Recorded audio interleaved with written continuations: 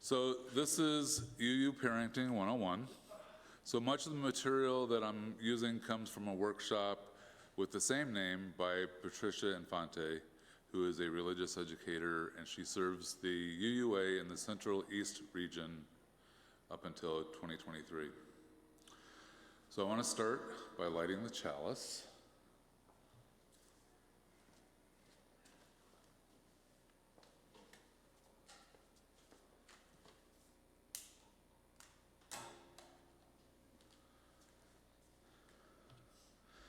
And this is part of the ritual of our work together.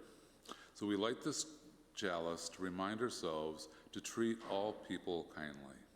We light this chalice to remind ourselves to take good care of the earth.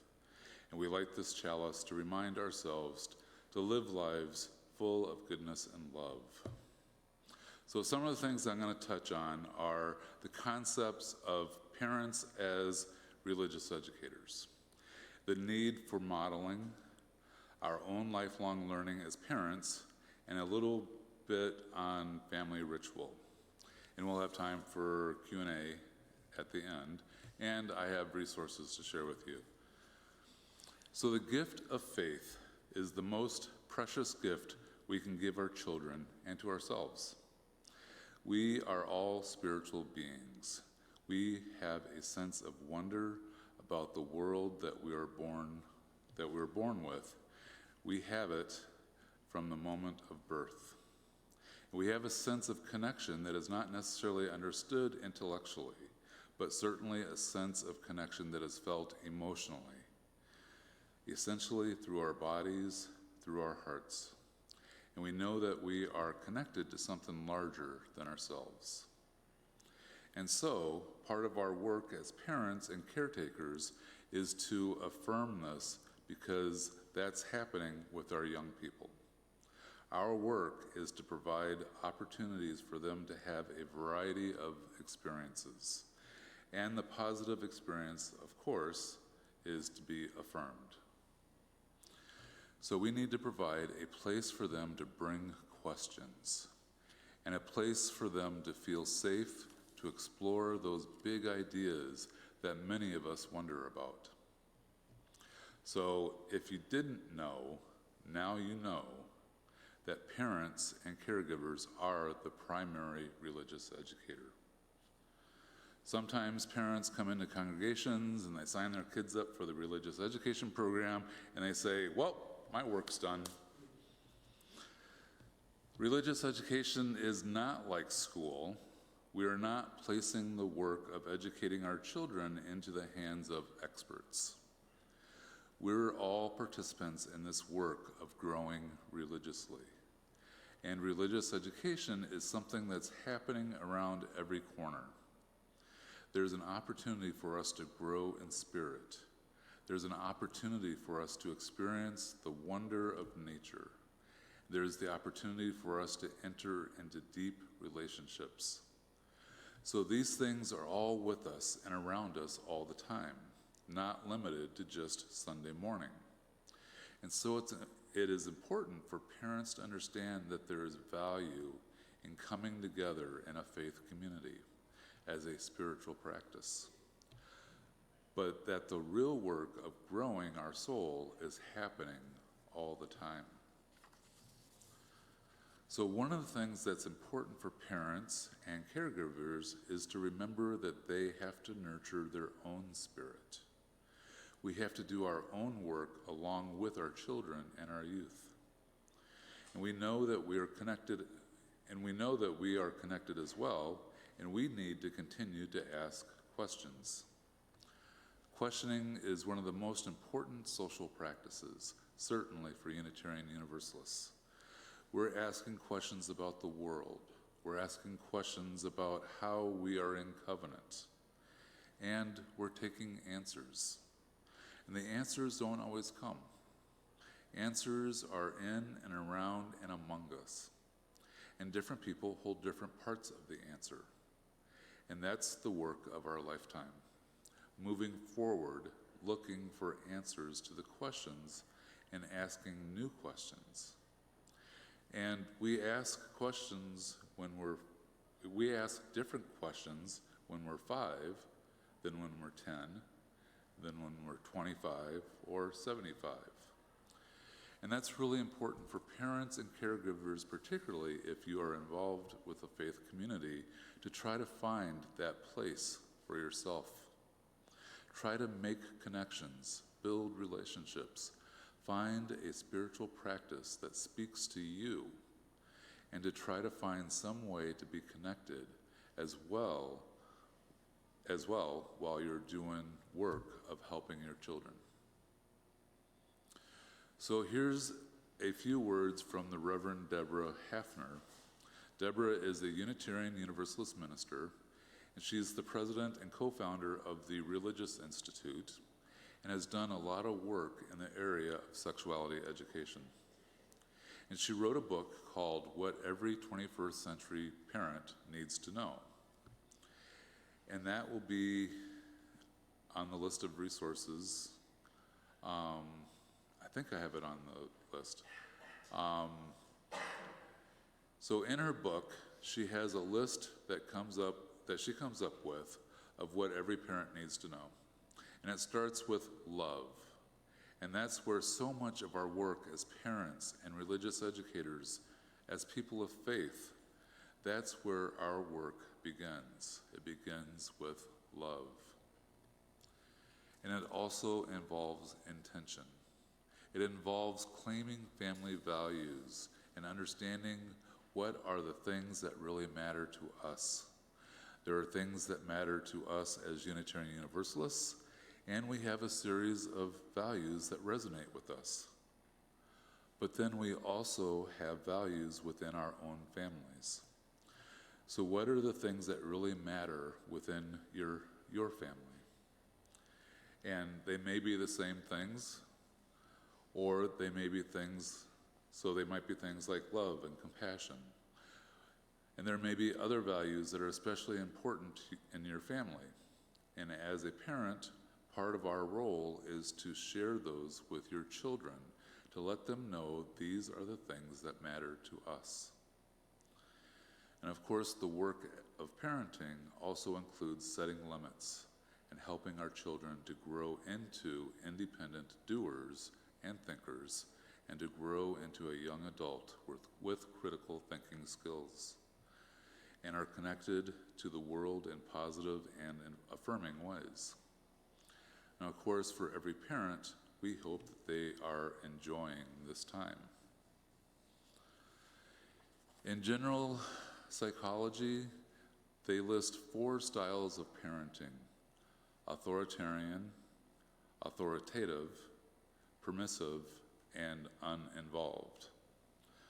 However, we feel the style that matches our Unitarian Universalist theology is the idea of an affirming parenting style. Love, again, is at the core of it. Being connected, being in relationships, and staying in relationship even through the hard times. Communicating values, knowing what matters, what's important, and being able to have conversations around that. Being able to have the conversations even when they are awkward about the things that really matter to us. And for parents, it's really important to understand the context for your children. What is the context that they are living in? What's the world that they are coming of age into? And this is very different than ours. And sometimes our expectations are that our children are going to have to make certain decisions or behave in a certain way based on, well, gosh, that's the way we did it when I was a kid. But it's a different world. The connectedness of our world, social media, the availability of information, good information, bad information, scary information, sexualized information. There's so much out there that our children have access to today that we didn't have access to 25, 35, or more years ago. So as a parent, you need to be intentional about learning about that world. And there are some parents that subscribe to the ostrich parenting style, and they know that the world is changing. It's all too much for me, and I'm just going to kind of put my head down and hope my kids come out okay on the other end. And that can be successful, but it's probably a better bet to really be intentional about communicating and being involved as much as you can in your children's lives and understanding their world.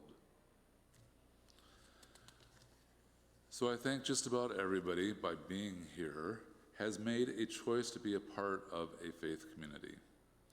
And this is a choice that your family has made, that this is part of the value system that you have, that this community will be a part of your family activities. So why have we done that, and what do we hope to gain by connecting to a faith community? And there's a number of different possibilities, but three that we've identified are the sense of belonging, because many people come to Unitarian Universalist congregations and say, oh, I felt like I was home as soon as I walked in the door. So there is that sense of finding a place with people with like values. People who I can see my experience reflected in their story. We have common stories. We have a common way of looking at the world. And safe community also helps to affirm that sense of connectedness that is something larger than all of us. And whether it is through beauty, in art, music, fellowship, or intellectually learning through worship, sermons, and writings, it's an avenue to making those connections. It's a place where we can stand and know that we can ask questions about things we really don't understand. Such ideas and questions are natural and occur certainly to children on a pretty regular basis. And a faith community is also a place that helps us to develop that moral and ethical framework, right and wrong. How should I be in the world? What do we value? So for Unitarian Universalists, one of the most common expressions of what we value is the 7 principles. And we have the formal version that you can find in the hymnal and in various places. And there are several versions that have been modified into language for makes it more accessible for children. And the 7 principles are most likely being officially revised this summer. However, the same concepts will remain within the changes. So it would be wonderful if the principles could become a part of your family life. When you have experiences in the world, you could say, well, wasn't that kind of like the 7th principle? And to be able to say that to your child and have them really begin to connect their understanding of the world, their understanding of right, wrong, a moral code, and connecting that with their faith work is really an important connection. Sometimes with reading or with writing, we want to share the words in their original form, which can be challenging. And it's really important to hear the words that were written by Channing or Thoreau in the way that they were written, because there's a particularity to that. There's a beauty to that. But something like our principles, the more accessible we can make the language, the easier it will be for children to make the connection between experiences that they're having and these ideas are being talked about in their weekly religious education classes. Another piece of building that framework in the faith community is our 6 sources, which acknowledge where our 7 principles were derived from, and someone else, of course, has rewritten the sources in language for children. So we know that there are many stories in Unitarian Universalism that come from our Christian and Jewish forebears. And they may come out of the Bible, but they may come out of other works. And there are many stories and many heroes that are associated with the use of reason. And we're very connected as a faith community to the harmony of nature, and that with the seventh principle in particular is one that is really acceptable for children. From the earliest age, a natural world, the world of touch and feel, is something that is very accessible for children. And it is one that parents are encouraged to provide opportunities for the kids to really experience. Walking in the park, playing in the mud, camping, going to the zoo, experiencing lots of varieties and diversity of the natural world. So how about the search for the truth that we talk about with adults? For our children, that is often about asking questions.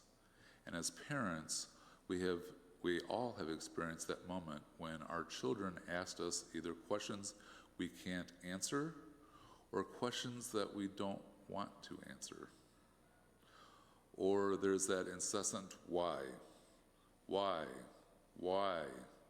even when you answer one question, they come back and continue to ask more questions. And that is a really important spiritual practice for parents and for children, to engage in this process of questions. It is important for children to have their questions affirmed, sort of the old adage of there are no dumb questions. Every question has value, and we don't know the answer to every question.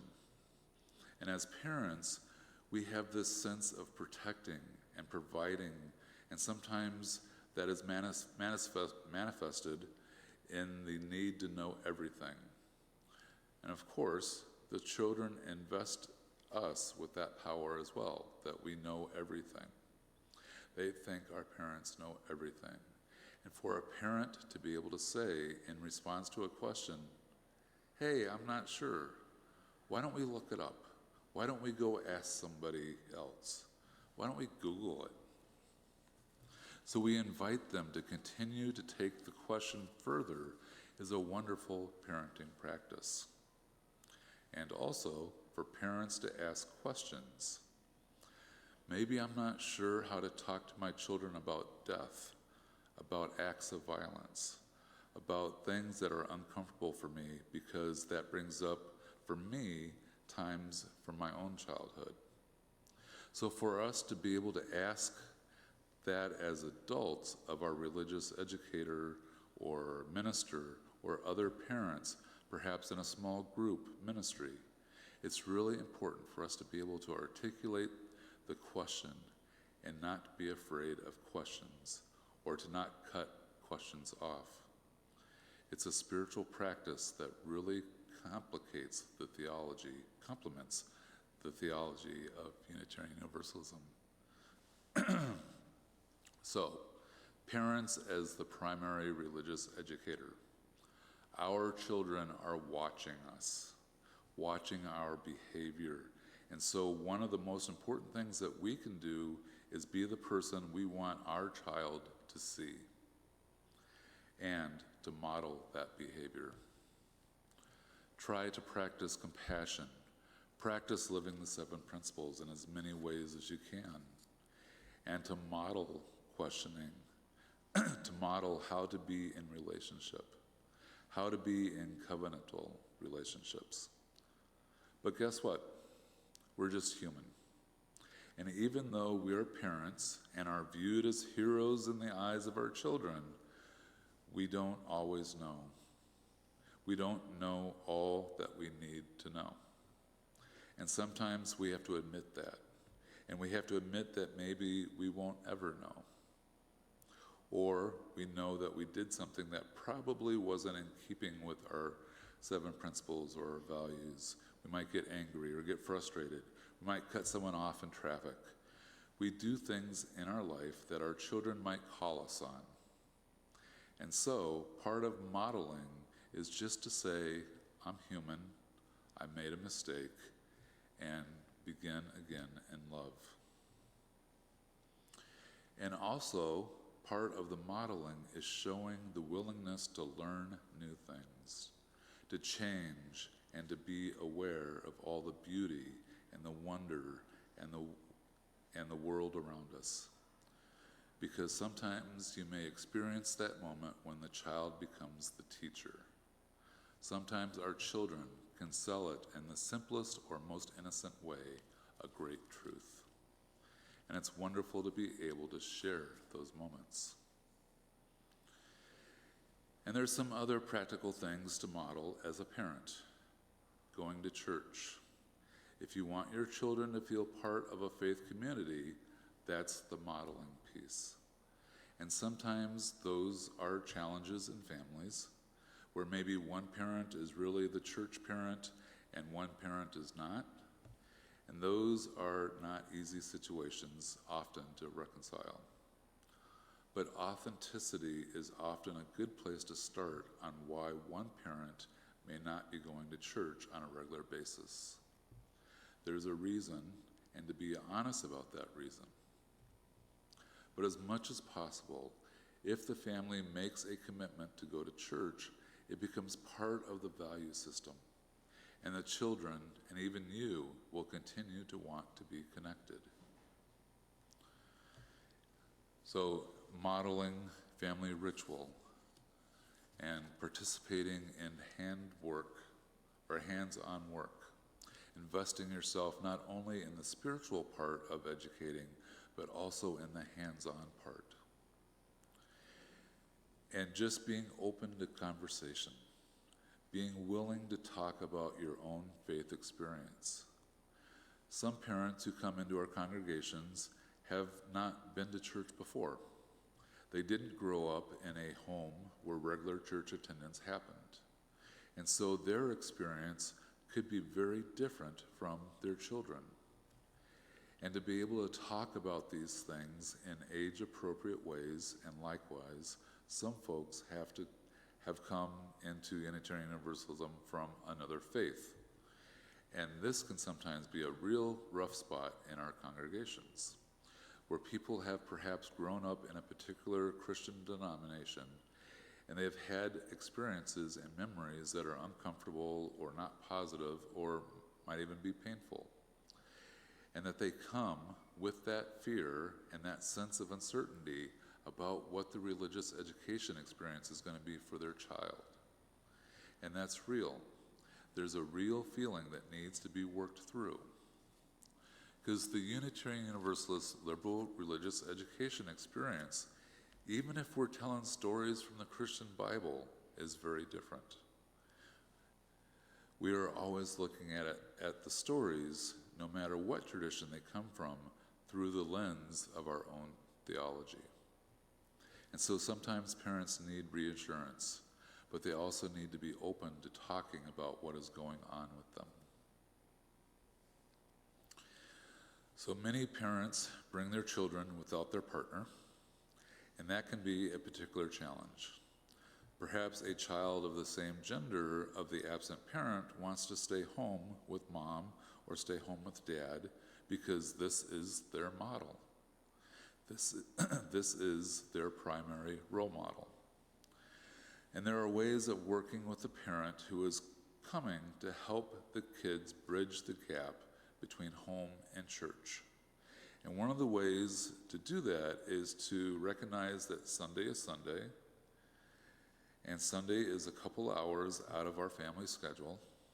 And if one parent or partner decides not to come to the Sunday thing, then think about ways that you can bring church into the home so that it's not completely absent from the relationship with the child. So if dad, for instance, doesn't want to come to church on Sunday, perhaps dad's willing to lead the grace before the evening meal. Or perhaps dad is willing to commit to a weekly nature walk. So that there are ways to draw those connections that don't necessarily involve coming into this building. but we recognize that this can be a real challenge. So family ritual is really important. We all have rituals. Some might be that we walk in the house, we take off our shoes. It's a ritual. We may have the presence of a chalice in our home. And when we have company for dinner, we might say grace, or we might say grace every night. Some families have a ritual of prayer before bed. Some families read books. And sometimes rituals are everyday rituals. Like we always have pancakes on Saturday. Or Dad comes home at night and walks around the backyard. Mom walks the dog every night. So ritual is really embedded in everything we do. So from a faith development standpoint, ritual is really an opportunity to connect the everydayness of our life with the holiness of everything. Everything doesn't need to be intentionally identified as ritual, but it's nice if there can be a few intentional rituals in the family. At certain times, the kids can always count on something happening, and they will miss it if it doesn't happen. It might be, you put up your Christmas tree on a certain day, or certain ornaments have to be on the tree. Some families have ritual around family vacation. They might always go camping in the woods, or they always visit family in the summertime, or their children spend a couple weeks with their grandparents. So there's lots of different ways that you can define ritual, and you can decide which ones can be connected to the values or principles of, or how Unitarian Universalism fits into your lives. There are some challenges to being a Unitarian Universalist. Many adults have never heard of Unitarian Universalism. So sometimes when you say Unitarian Universalism, they'll say, oh, unity or unification.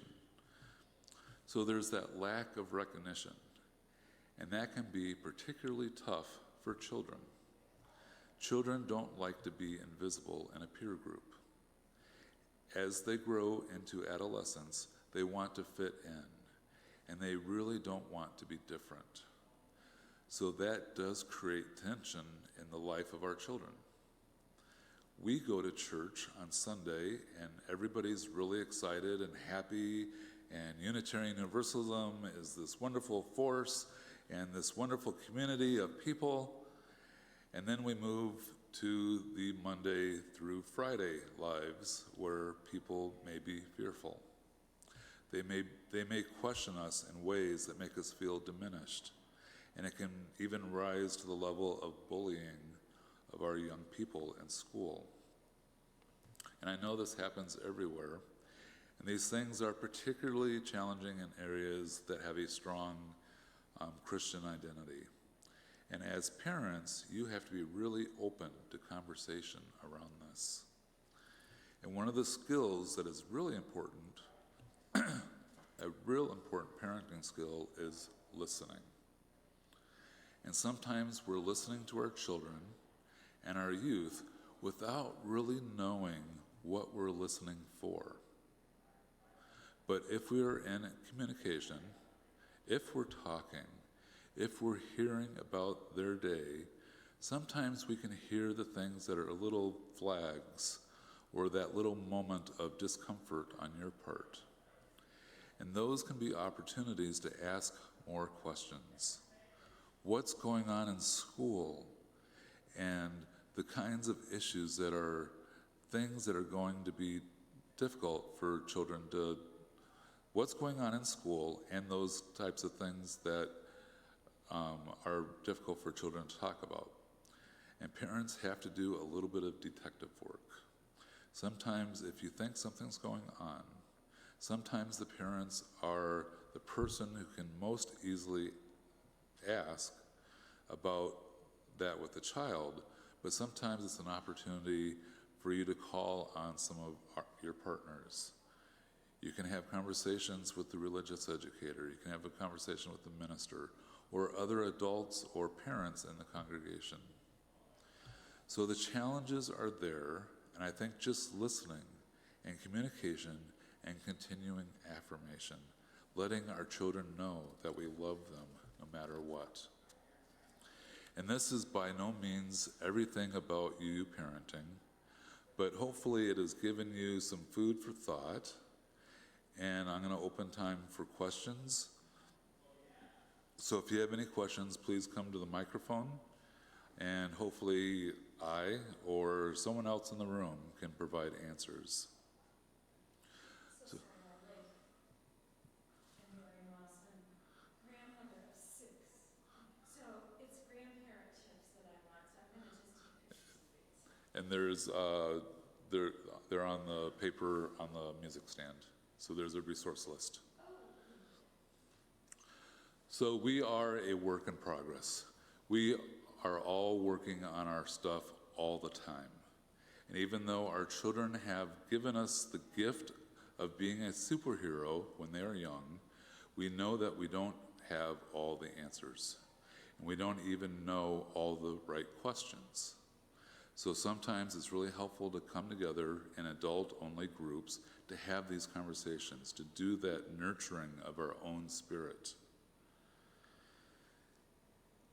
and finding a path for ourselves. So in our faith community, there are opportunities for group or curriculum-based learning. And some offerings that we're planning for next year are building your own theology. We are planning on doing a mental health for children learning opportunity. Wendy Cortez is she does that for a living, is working with children and with mental health issues. So on the back side of that resource sheet on the music stand are some places that she has offered up as resources for children with mental health issues, or potentially, or finding out, screening the kids.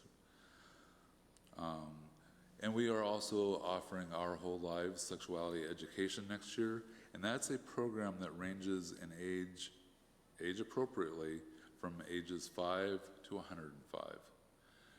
We have various age levels of the program, but it's also an opportunity for the parents to learn as the kids are learning. And we have the parent guide for as we are working with the kids. You can see what the kids are doing.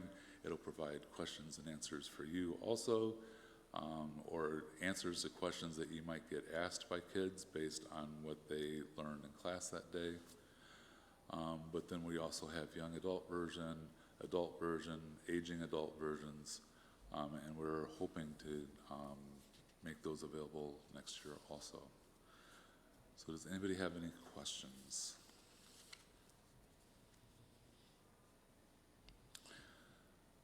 So on the resource list is a number of books on parenting, with spirituality. There's parenting humanism for humanist families. And there's also a number of books on family ritual, helping you find some family rituals. One of my favorite books is How to Bury a Goldfish. So, that is one of the things, if your goldfish dies, they actually have a ceremony that you can do to work with the kids so that, so some of it might be ritualistic, but also there are family rituals and things that you can do as a family. And then you can look at ways of how do you tie that into your family values or into UU values.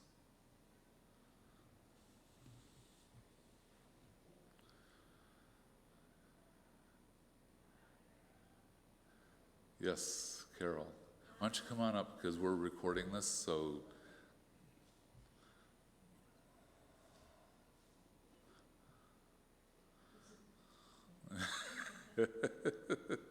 This isn't really a question, it's just a comment that,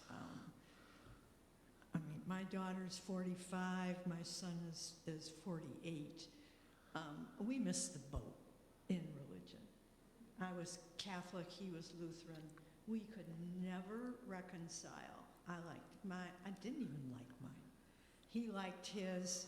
We tried both. We tried a Methodist church, and it's a regret.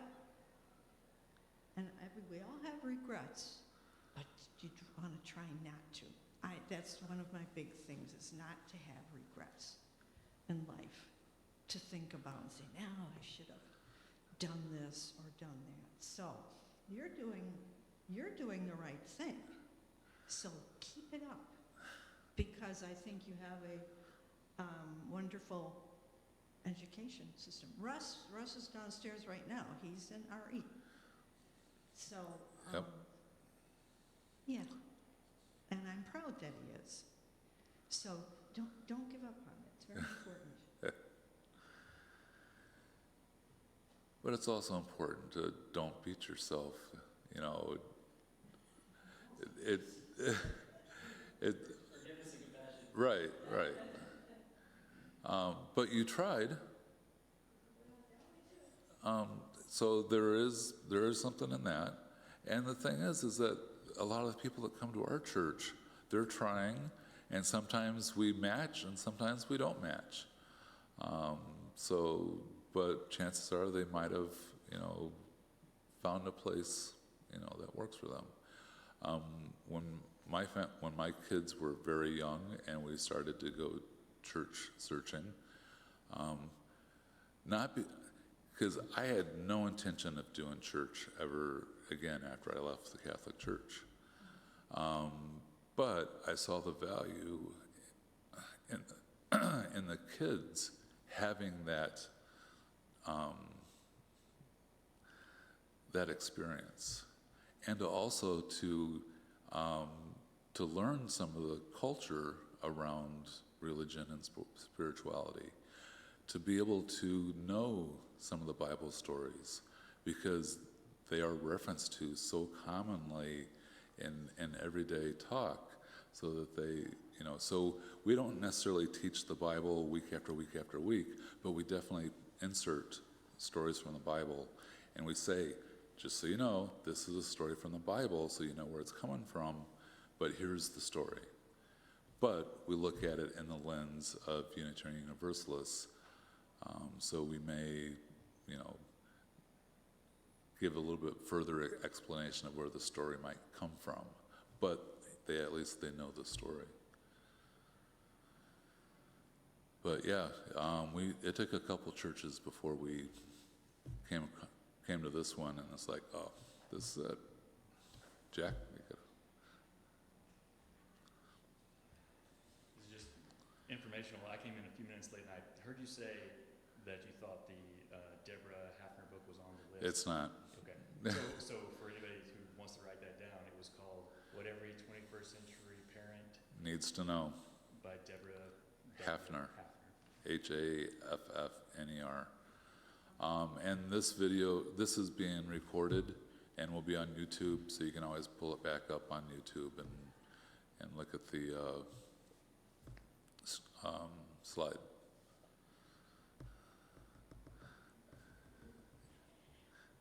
I guess just one thing that I'm struggling with as a parent and modeling right now, I guess it's just being compassionate when there's other people in your lives, maybe friends or extended family that have more extreme religious views, and I guess how to show compassion, understanding that that's their choice, but also standing up for what you believe in and modeling that part of being a UU. I guess it's a hard thing. Yeah. That balance. Well, no. So your question is, as you see how other parents parent might not necessarily be how you'd want to parent using your values. So it's your how you see that inherent worth and dignity in the other parents. or We're dealing with an extended family member with very extreme religious views, and I guess just, yeah. so I think a big part of Being that, compassionate, but also explaining that this is not okay with right, our worldview. right. So I'm not going to name names, Yeah. but so after you have a family get together and your daughter sees this happening, that's your time when you're on the ride home or whatever. That's the time for conversation, and and part of it might be that you ask them what they saw today, or because you don't necessarily want, there's when we started teaching OWL, and we had it for our 4th through 6th graders, we did the orientation with the parents, and then when it was time for the first class, one of the parents panicked and thought that they had to tell their child everything that there was to know right now before they got into the class, so that they knew everything. And it doesn't have to all happen at once. Or there's the time where the child asks the parent a question, and the parent, it's like, where do babies come from? And there's a simple question, it comes from mom, but they went into deep detail with a child that they just wanted to, they wanted a simple answer, not the whole big thing. So this gets back around to when you are questioning your child, I'd say see what they observed and might be questioning, rather than feeding them. It's like, did you see when Aunt so-and-so did this? Because they might not have seen it, and now it becomes that question of, well, why did that happen?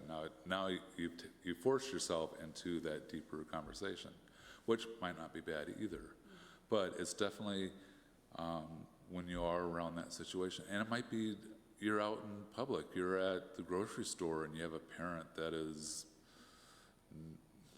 not parenting the way that you would parent, and your child sees that, is to have a conversation about that. And I think the more conversation that you have, the more open you are about conversations. And this is the same thing with our OWL program.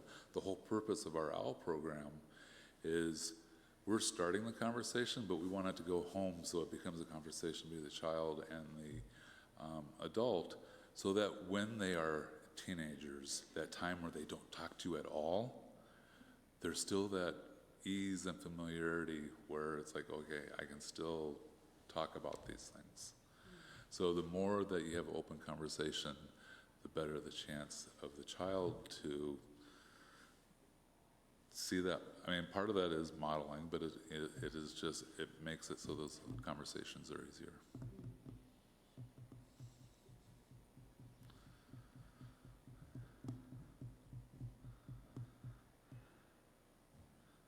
Any other thoughts, questions?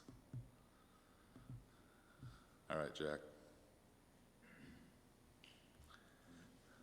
Any tips or advice about when the kid or kids don't want to come to church, but you've established that's what your family's doing, and ways to possibly give them some freedom within the context of a commitment that you are making for them, or to just cope with the pushback? It's a fine balance. So I think part of it is we try to make sure that the kids have some fun, and I think it's good to remind them on the way home, what fun thing did you do in church today? Just to remind them that it isn't all work. Or what friend did you see? Or, was there anybody that you hung out with? To remind them of that connectedness. So, asking them, what lesson did you learn today might not necessarily get you there. Although one of the questions we try to have the teachers ask at the end of each class is, what did we talk about today? Why did we talk about it? And why did we talk about it here in church?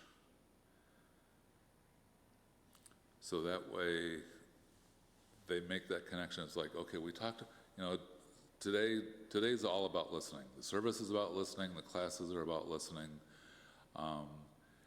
But like one of the activities that the younger kids will do is that we're going to have them draw a picture from the teacher giving them instruction. Draw a box. Inside that box, draw a tall rectangle. Now draw 2 squares on either side of that. Draw a triangle on the top. And let's, what did you guys make? Were they able to listen? Did they hear it? They're going to learn about listening to their heartbeat as they exercise and how the activities that they do. Especially the younger ones, they might not be able to grasp why did they do that today. It's like, this doesn't feel like it's talking about religion, but we say it's about hearing in your heart, what's going on, being able to hear what other people say, listening rather than just hearing. So I think helping reinforce, reminding them the fun that they had or what they learned about, or the connections that they made.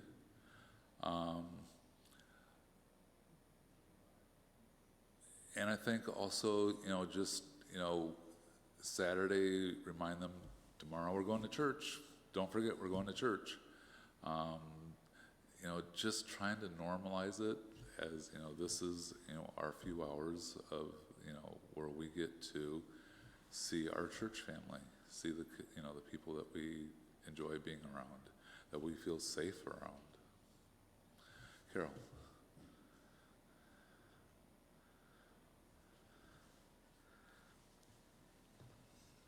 I think it's a really good idea that the children are included in the service, the whole service. We didn't do that before. And Not every day, not every Sunday. We have. And I think it's great, and I don't care about the giggles and them running up and down, because you have no idea what they're taking in. And they're taking in stuff all the time. They're sponges. Yep. And what else? Yeah, they get used to the ritual itself of how the service goes. They hear the music, and especially the music. It's all really good, and it's good for them. And you're not putting restraints on them, like, you just sit here. Shh, shh, shh, shh, shh, shh. Yeah, it's good. And I applaud that.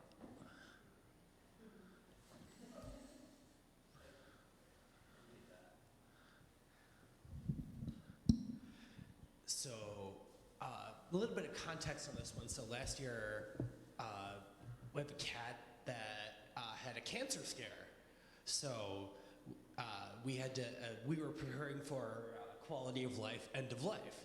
So we needed to have the conversation with our daughter. Like, the cat's body is like not working. We were preparing for, a really tough conversation talking about death.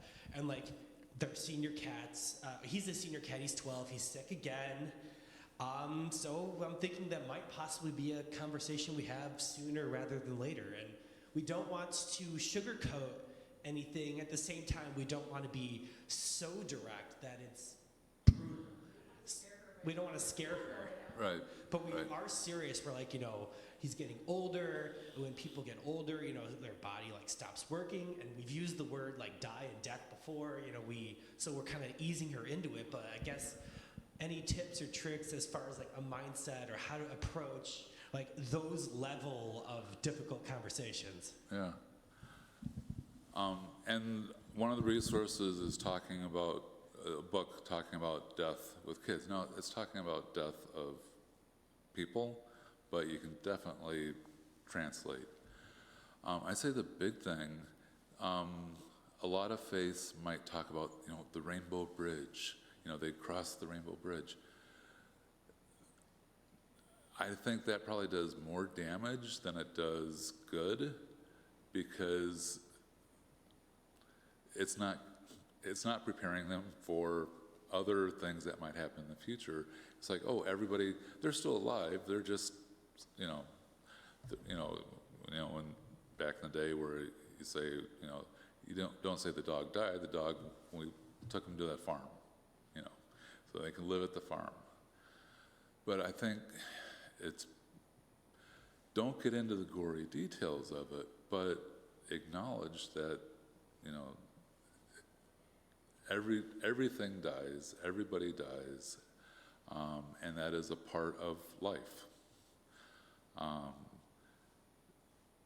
And it's looking at it from age appropriately. So for a 4-year-old or a 5-year-old, it is make it simple, but also they have lived a good life, and it is now time for them to die. But yeah, I think being honest about what is happening and talking them through the process, so it doesn't just one day the cat has died. It is, oh, our cat is sick, our cat is old, that probably at some point the cat will die, and you might be able to make reference to, I don't know if you have any parents that have passed, or family that they might know, talk about how that they have passed. And if not that, you can talk about people historically. It's like George Washington isn't alive anymore because he died several hundred years ago, but normalizing it, don't make it some woo-woo thing, but also it can start that conversation of what happens to people or to animals after they die, because that starts to feed into what their beliefs are. And you might even share what other different traditions might believe. Thank you. All right, Jenny. I wanted to cycle back to the kids in service thing. Is there going to be a time where we can, I don't know, have a frank conversation in the congregation about that? Because I feel really torn about it. Like, parts of it feel great and feel great, wonderful, and other parts feel like it just doesn't work for some people, or like I still feel like the pressure to keep my child quiet, and I don't know. I feel like I have a lot of conflicted feelings about it, and I'm curious. I think it would be nice to talk with other people about that and think about how we want to move forward. So you can definitely have a conversation with Mandy or myself.